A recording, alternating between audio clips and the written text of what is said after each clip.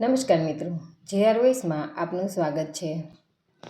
અમદાવાદની વિમાન દુર્ઘટનામાં મૃત્યુ પામેલા અમરેલી જિલ્લાના વડિયા ગામના વતની અર્જુનભાઈ પટોડિયાનો મૃતદેહ તેમના વતન વડિયા ખાતે વહીવટી તંત્ર દ્વારા લાવી આજે તેમના પરિવારને સોંપ્યો હતો।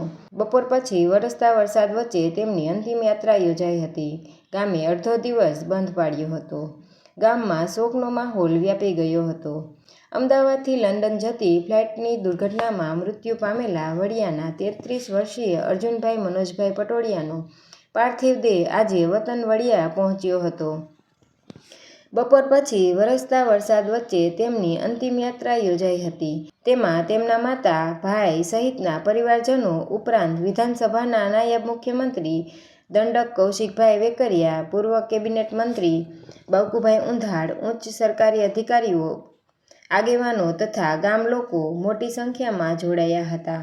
વડિયાના વતની અર્જુનભાઈ પટોડિયા છેલ્લા થોડા વર્ષોથી લંડન સ્થાયી થયા હતા। તેમના પત્ની ભારતીબેન પટોડિયાનું બીમારી સબબ તારીખ 26 મેના નિધન થતાં તેમની ઈચ્છા અનુસાર તેમની અમુક વિધિ વતન વડિયામાં પૂરી કરવા માટે અર્જુનભાઈ તેમની 4 અને 8 વર્ષની દીકરીઓને પોતાના ભાઈ ગોપાલ પાસે લંડન મૂકી વડિયા આવ્યા હતા।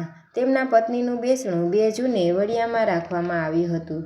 ત્યારબાદ અસ્થિ વિસર્જન સહિતની તમામ વિધિ પૂર્ણ કરીને તેઓ તારીખ 12ના લંડન જવા અમદાવાદથી ફ્લાઇટમાં નીકળ્યા હતા અને દુર્ઘટનામાં મોતને ભેટ્યા હતા।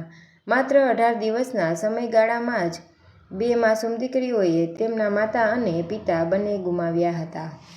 પત્નીના મૃત્યુ પછીની વિધિ માટે વડિયા આવેલા અર્જુનભાઈ તેમના માતા કંચનબેનને પણ તેમની સાથે લંડન લઈ જવાના હતા, પરંતુ માતાની 12મીની ટિકિટ સંજોગોવશાત કન્ફર્મ ન થઈ હતી।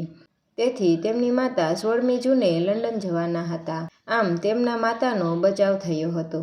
જો આપને વિડીયો પસંદ આવ્યો હોય તો ચેનલને લાઇક, શેર અને સબસ્ક્રાઈબ કરવાનું ના ભૂલશો મિત્રો। તો મળીશું નેક્સ્ટ વિડીયોમાં। નમસ્કાર।